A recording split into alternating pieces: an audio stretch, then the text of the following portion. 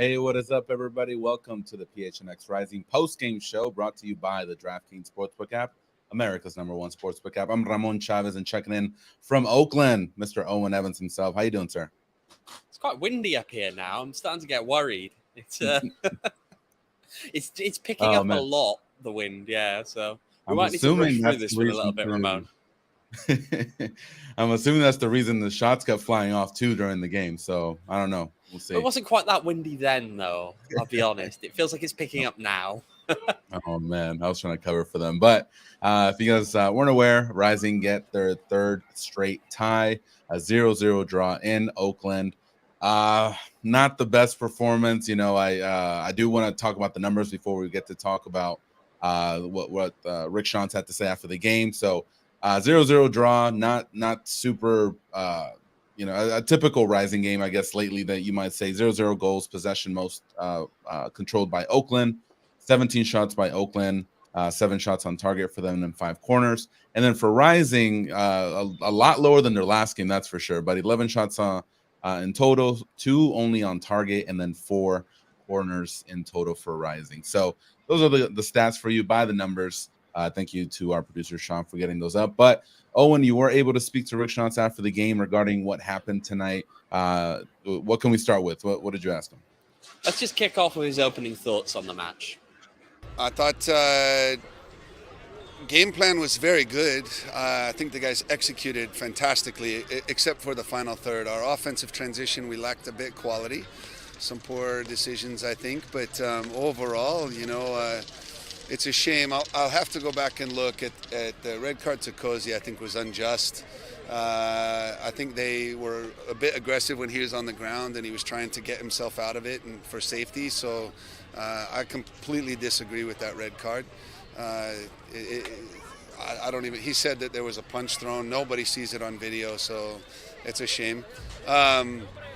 Overall, I'm pleased with the guys. It's 3 games in 7 or 8 days and 270 minutes of shutouts. So the commitment is there, the work rate is there. It's fantastic. I can't take anything away from the boys. So yeah, those were the opening thoughts from Rick on this game. Of course, as he mentions, that's now 3 straight 0-0 draws. They haven't conceded a goal in that time. They, of course, haven't scored a goal in that time. It's, as Michael's pointing out there, it's over 300 minutes of no goals for Phoenix Rising. So yeah, it's been a struggle, hasn't it? Let's be real. No, I do agree with the fact that, well, first of all, Rising looked a lot better in the first half than they did in the second half. I thought they were able to move the ball well, effectively. Now, when it got to the final third, that's an entire completely different story, because either Antu wasn't connecting, Santi was just giving out a back cross. Hurst, I don't know if I like him playing in that position. And yeah, just nothing at goal that really was too dangerous. There was a Santi shot on target that went directly to the Oakland keeper. So besides that, I didn't really see anything too dangerous from those forwards tonight. No, and I think that the way that I summed it up at halftime was that Rising's counter pressing was better. They were winning the ball up the field, and so they're winning the ball in areas where you really can create some dangerous situations out of those. The problem was they couldn't take it to the next step. They couldn't turn that into a dangerous chance, which actually leads us very perfectly into our next clip. I asked Rick what it was that was the reason behind that, why they couldn't take those dangerous situations and turn them into dangerous chances. Here's what he had to say. Grass. No, seriously, both teams have to play on it, but in transition, to be able to play fast and to play to feet, the ball slows down on anything in the air. It doesn't roll true. Guys, we're playing, if you play the ball flat on this surface, it slides to one way or the other. This is like playing on a pool table that's really slow.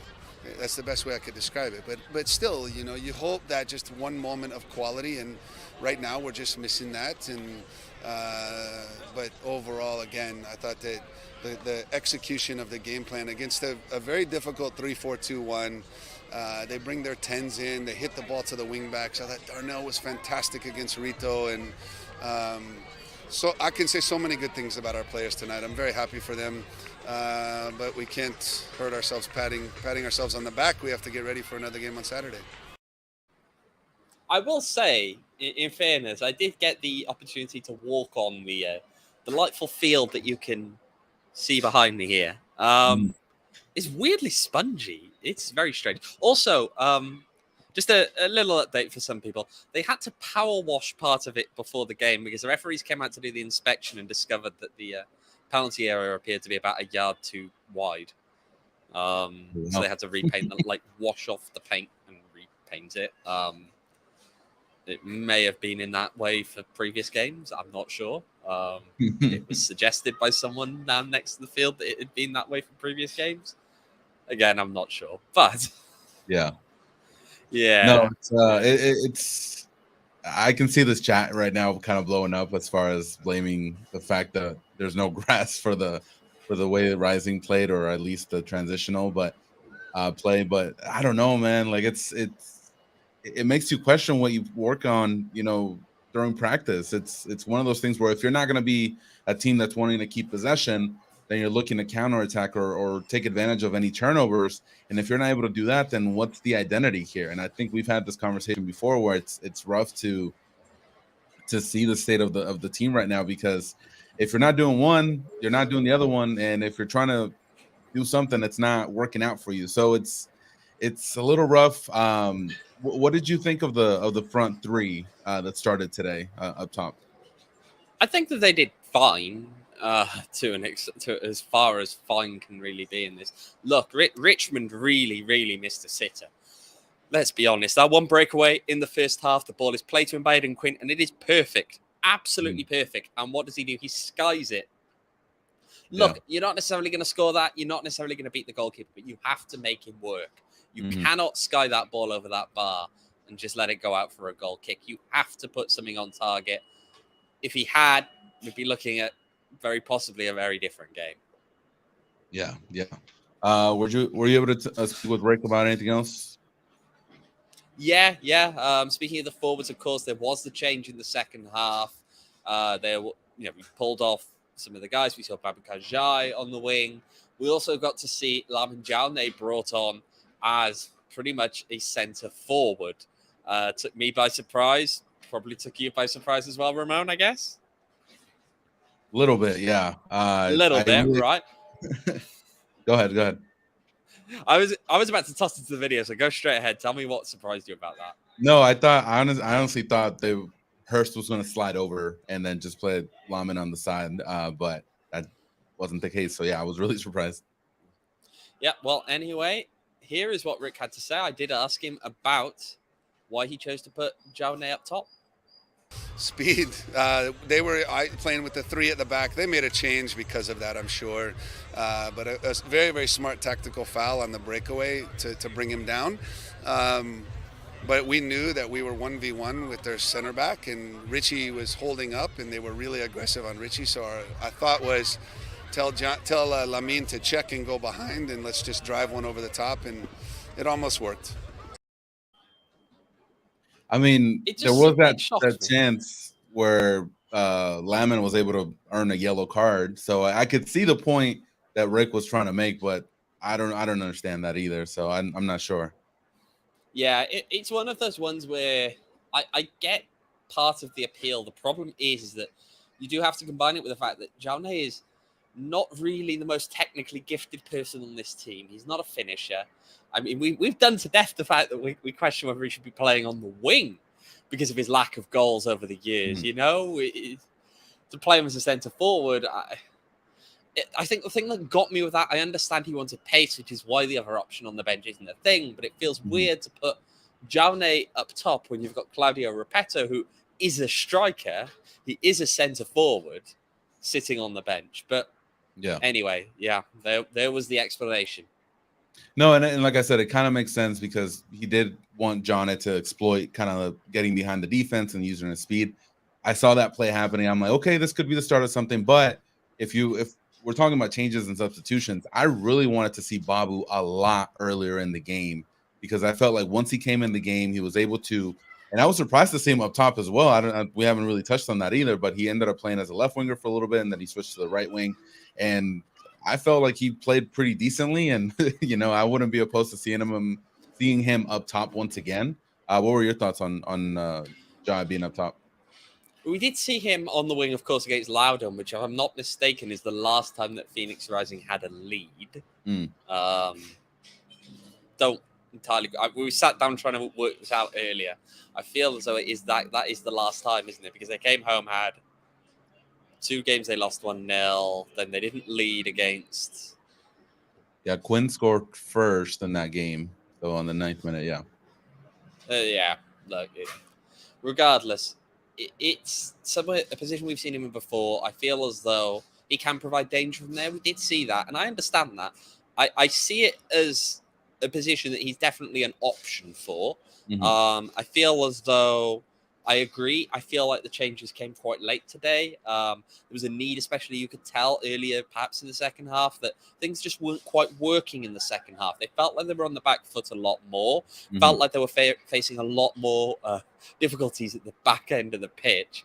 And quite frankly, they needed some kind of spark to get them going. The first sub we see, of course, James Musa goes off. He took an elbow to the eye, by the sound of how Rick described it to me, replaced by Luis Sejas. We're going to have to see if he is going to be available on the weekend, or if they're going to have to pretty quickly turn to Marcus Fakranis, who we'll talk about him, I'm sure, and the other acquisition that was made today on. We've got another show later this week, so we'll touch on them later. But regardless, you see Sejas comes in, means that Haugli gets to drop back into the defensive line, but it didn't. I mean, look, Luis definitely came out with some energy. He did run around a lot. He put some pressure on guys. Wasn't necessarily the spark they needed.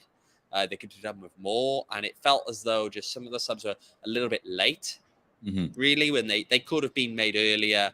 There was perhaps a feeling that they needed to be made maybe 5 minutes, 10 minutes earlier than they were.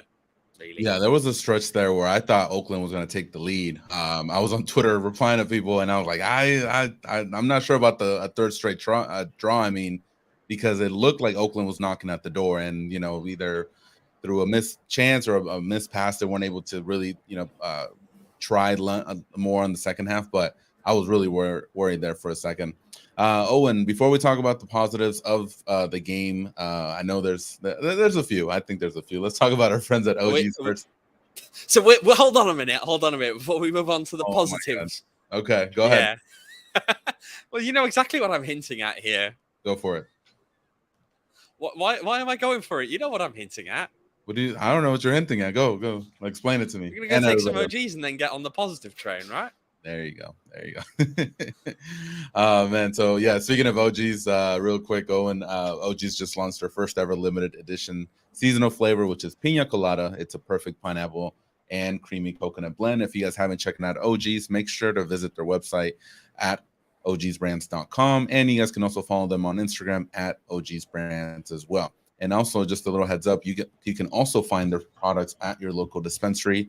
And remember, you must be 21 years or older to purchase. Check them out, OG's Brands.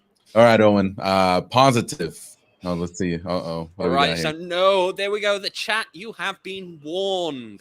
This is a no energy vampire zone. I threatened them before. I'm like, if you guys aren't positive, we're kicking you out. I'm telling Sean to kick them out. So, little heads up. I don't think we're going to manage to maintain that one. But, okay, let's go on. So, Ramon, I want to hear your positives first. Kick us off, please.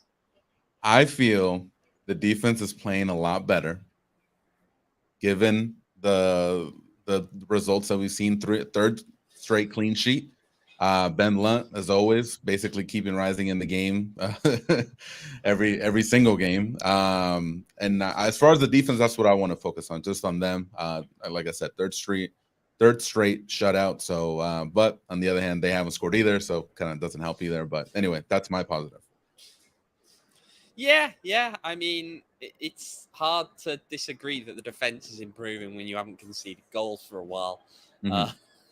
Look, the problem is that they're just not really getting. And I feel they rode their luck at times today. Ben Lundt made some great saves, but they definitely rode their luck. in defense. There were moments where, just things were taking odd bounces in that penalty area. And if it had gone the other way, it would have been in the back of the net. It's a tough one. I feel as though, look, it's a 0-0 draw away from home, the third in a row. But, right, other positive. I feel like we just have to shower it on Ben Lundt. I don't necessarily want to talk about the rest of the defense even. Look, okay, Darnell King did well getting back a couple of times. Koze, that's one we're going to touch on next, actually. I feel after we touch on Ben Lundt, we need to touch on Koze. But I feel as though Ben Lundt really put in another shift today, really covered his defense. He's behind, as he seems to quite frequently do, which means, of course, that we might as well go ahead and introduce him, Ramon. Yeah. Ben Lundt is our DraftKings king of the game for this game. I actually like saying his entire name. That's what it's saying. Benjamin Maximilian Lundt. 7 saves, 1 clearance, and then 4 saves inside the box. He is our DraftKings king of the game for tonight. Is that like the 3rd straight time? I feel like it is, right? So yeah, put in which again is it's never as much as we're now on the positive train. I will say that it's never really a positive when your goalkeeper keeps being man of the match, is it? Yeah, not good. Anyway, the other positive. Koze will ignore his red card. As you heard Rick say earlier, he's not really sure what it's for. Suggestion it was a punch. They can't seem to find it on the video. I'm not sure what happened. Obviously, I haven't had access to the footage, so I don't think it was a red card. And we're all going to have to wait and see. Maybe it will be appealed. It's possible. We have seen that the committees have been overturning red cards at reasonable rate lately, so we'll have to see if he is available for the weekend. But he put in one hell of a shift today, and it wasn't necessarily that he was the most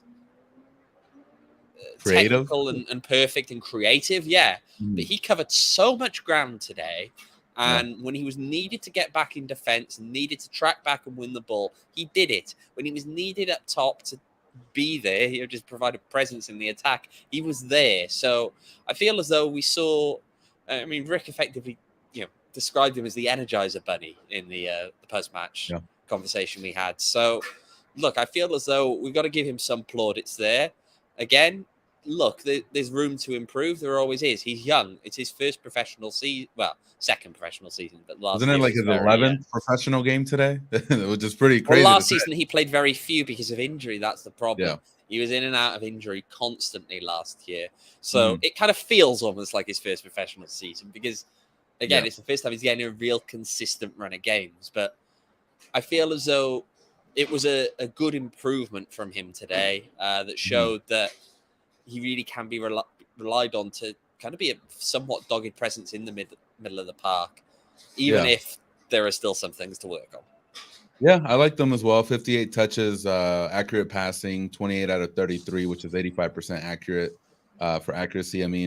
Ground duels, which is he won 10 out of the 16 he had. So it showed, how much he was putting in the work in the midfield, getting back on defense, making sure that the ball was recovered and keeping the midfield as clean as possible. So I do admire that. What are your thoughts on Haugli playing in the midfield? I kind of talked about this yesterday where I wouldn't be surprised for him to be there.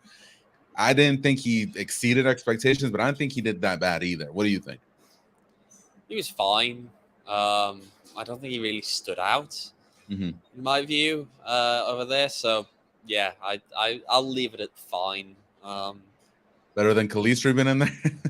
That was my worry. Yeah, I tend to agree on that one. I feel he did a better job in there than Joey Calistri typically does. We prefer to see Joey out wide. It's where he's more effective. It's where we want to see him play. But again, I feel as though Sivert, it wasn't a bad performance, but again, it wasn't really an eye catcher. I'll leave it at fine. Yeah, for sure. All right, Owen, let's talk about our friends at DraftKings really quickly before we continue our post-game show here. If you guys haven't yet, make sure to download the DraftKings Sportsbook app. You guys can use promo code PHNX, and when you make your first deposit, you get a risk-free bet up to $1,000. That's promo code PHNX only at DraftKings Sportsbook. Minimum age and eligibility restrictions apply. See the show notes for details. So, if you guys, I forget the odds that were for the draw yesterday, but could have made some money, if you put in that 0-0 draw on the DraftKings Sportsbook app. So I don't know, but hopefully these draws end, especially with Colorado coming into town. So we'll see. And looking forward, Arturo might be available for Saturday, which is looking at what happened today with the chance creation in the final third. I feel this is the perfect time for him to be in the lineup. Now, is he going to start? I don't think so. But if he's in there for a few minutes, maybe in the second half of that game, something could happen. I think he could be that spark that's missing in the midfield for chance creation. He can be. Look, we've spoken about the fact that you couldn't replace Kevin Lambert today, and I don't think they really did. They did fine, but I don't think they truly replaced what it is that he is able to bring. Arturo Rodriguez is kind of similar. When he's on form, he is the kind of player that just can really, really cause problems for a defense in this league. That's just who he is. It can look a little bit erratic at times, but that's almost the beauty of it, right? And that's the thing. You keep a defense second guessing, and they don't really know how to play you. So, look, if he can get back in, I'm not certain. Even if we do see him on Saturday, I don't know how he'll look because, of course, it has been weeks, with a foot injury. He's probably not going to be up to full speed, even playing just, say, 10 minutes at the end of a game. But it's still a positive sign to see what looks to be him starting to make his return. I'm trying to find the date. The last day he played was the last actual win for Rising, which is the last win over 2 months. Well, around 2 months ago. It's 2 months tomorrow, which it'll be 2 months actually by the time Colorado comes around. We do need to actually mention the fact there that if we're putting that in, it will be over 2 months between wins for Phoenix Rising. Hey, I need you to stay positive. So, am I turning into an energy vampire? I'm just saying, you're stating a fact, but you're kind of like in that area. So it's factual, exactly. That's the point. Look, this isn't what we've become accustomed to watching, and that's why you see some of the reaction that you do. Our chat is, I'm sure, I can't see it. Sorry to the chat. Hi, hello, but I'm currently staring at a camera, and the chat is down there on my laptop. So we got I can't BJ really see here. what you guys have been saying. But BJ saying Lambert, Quinn, and Arturo was going to be the midfield combo we needed. Renee says, I'm more concerned about Moose's condition than I am about Arturo's return, which is a fair point. BJ saying Owen's fangs are showing. 9 wins, 9 games without a win. That's over 25% of the season. As far as Schantz, we do have to talk about some pretty big news that dropped today before the game, which we'll mention it. Marcus Epps being traded to Tulsa for JJ Williams. We'll talk about this more definitely in the future show, but just your quick reaction to that, and how do you see JJ Williams fitting in with Rising moving forward?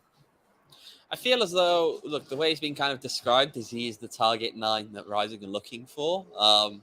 Again, don't want to get too much into this. I did get the chance to hear about what Rick's kind of expecting from him and from Marcus, who signed on Tuesday, ahead of today's game. But there's kind of a look that he is the kind of target 9 that they've been looking for, the target 9 that Claudio Repetto ultimately didn't turn out to be. Not quite what they were looking for. Whereas then Marcus Epps, who's moved on to FC Tulsa, he's just hasn't really quite worked out for him here. It hasn't quite worked out in Phoenix. And can you call him a bust given what's going on with the rest of the guys? Is that's the word that I'm hearing around? You can. I feel as though that's a little bit harsh. It's a little bit harsh to kind of put that on one guy in particular. When you look at the whole squad, has really been struggling to execute.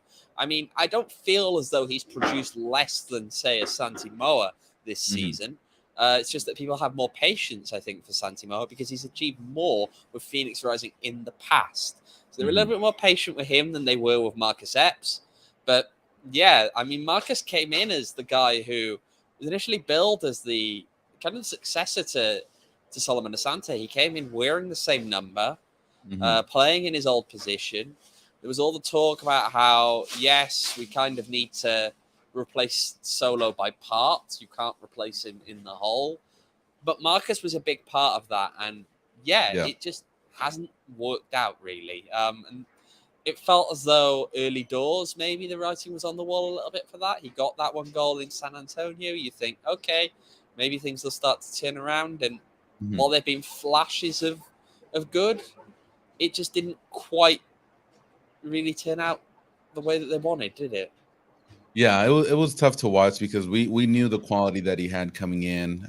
He'd have a good game. That San Antonio game, like I remember that shot on target where he got the goal was his first shot of the season. What was that, the third or fourth game of the season? And so that kind of told me a little bit about what was going on. And he would have a really great game and then just fall off for the next 5, maybe pick up an injury, miss the next game, come back, show, his quality, and then just completely, disappear after that. And I think fans and maybe the coaching staff said, you know what, we kind of needed you to step up a little bit more. We're going to try to go in a different direction. And that's probably why they pulled the trigger on this trade. Well, look, at the end of the day, as we said there, we saw his quality in spurts. And so he's clearly got it in the tank. And hopefully look, Rising don't have to play FC Tulsa the rest of the season unless by some utter miracle both teams end up in the final, which I highly doubt is going to happen. I'd be surprised to see either one of the teams getting close to the final in the way they've been playing this season. But look, I feel as though it's an opportunity for him to get a fresh start, to hopefully kind of turn things around a little bit himself and kickstart himself back up to what he was when he left San Antonio, which I know some of us weren't fully convinced that he was a true replacement for Solomon Asante, but San Antonio fans were disappointed when he was leaving. There was a lot of hyping him up when he signed for Phoenix Rising, that he'd been a guy who the fans in San Antonio really liked, and hopefully for his sake, he can get himself back to that kind of a position. For sure. Any word on the two new, Loney, Marcus for Krynas?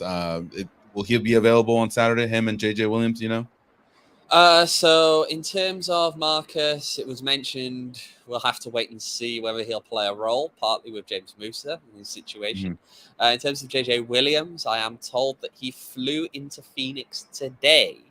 So he is now in Phoenix, and we'll just have to wait and see.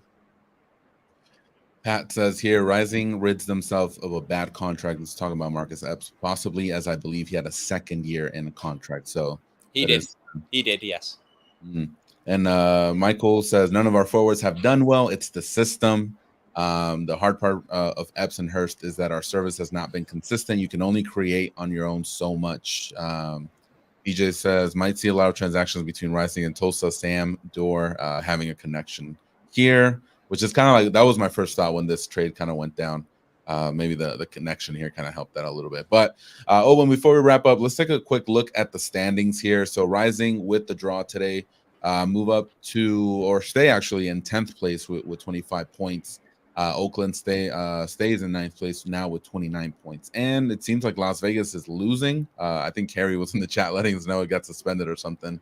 And hold on a minute. I'm gonna fact check you a minute. I'm sorry. Depends whose table. It depends whose table you are looking at. Okay. Because USL tiebreak rules are so strange in terms of the way RGV they calculate. I think last look, according to the league, yes, RGV were in 11th. Oh, sorry, in 10th. Phoenix Rising still in 11th. I'm just confirming this now. Yes, Rising is still in 11th place. Got it. So yeah, they a win would have helped out a lot to get out of that spot, but just a bit. So as far as the teams, in fact, with a win, Rising ended today 2 points behind the playoff places. Exactly. And Sacramento, I believe, right now is currently playing. They're still tied 0-0, 117th minute. So, once we wrap up here, you might catch some of those penalty kicks that are about to happen against Sporting Kansas City. All right, Owen. So, another draw. But here's the thing. It's another point. It's another shutout. Defense is doing their thing. Colorado's going to be a big test at home on Saturday.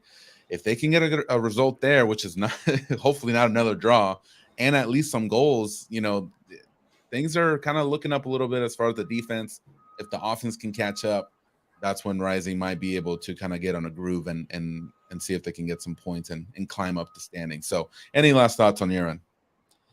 I tell you what, looking at Colorado Springs' last 3 games, I'm not expecting a 0-0 draw. Let's put it that way. The number of goals being good, unless they're all out of goals now. Mm-hmm. Unless they are completely out of goals, we'll see. But yeah, these all feel very weird. It's too many draws in a row almost by now. We've hit the point whereby you kind of come off it, especially after the results that have been coming prior, and say, okay, at least it's not a loss. They did come away with a point, but these really, really need to start turning around, because probably especially on a night like tonight against a team where they're in the exact same kind of mix as Phoenix Rising in terms of trying to get into the playoffs and right around that kind of playoff line, they really kind of needed to come away with more points tonight. Yeah, for sure. The month of July is about to wrap up. It's crazy. I felt like July went really quick because we were talking about it being the toughest out of the entire or a really tough month, I should say. But a tie against Orange County, lost at Memphis, tie at Louisville, tie at Sacramento, and then tie against Oakland. So only one loss. Not too crazy, you know? Yeah, but they haven't won since May. Positive, man. I'm trying to keep it positive here. We're on the positivity still, are we? They haven't lost in 3 games, so that's pretty positive. Anyway, all right, y'all. We're gonna wrap it up tonight. Owen, have a safe flight home. Hopefully, you don't get any winds or rain or any crazy stuff happening. It was starting to rain as I left Phoenix this morning, so got here and it was nice and dry. Look at that. Let's see here. I want to shout out some people. Scott, thank you so much for joining us. Michael, we got Renee, D Goalie, Tyler, we got Durden, Kieran over here. Thank you so much for joining us tonight. We know it's a Wednesday night and it's kind of late, so we appreciate y'all hanging out with us. Devin, BJ, thank you as well. I think I saw Bonnie over here. Yeah, Seymour and 8, thank you so much. But yeah, we will be back, I believe, Friday. We're gonna do a preview show of Saturday's game, so join us then as well. And then, of course, we'll see you after the game on Saturday for our post-game show. All right, Owen. Well, thank you so much, sir. We will see you back here. And, thank you, everybody, for joining us. And I hope you have a great rest of your night. Take care.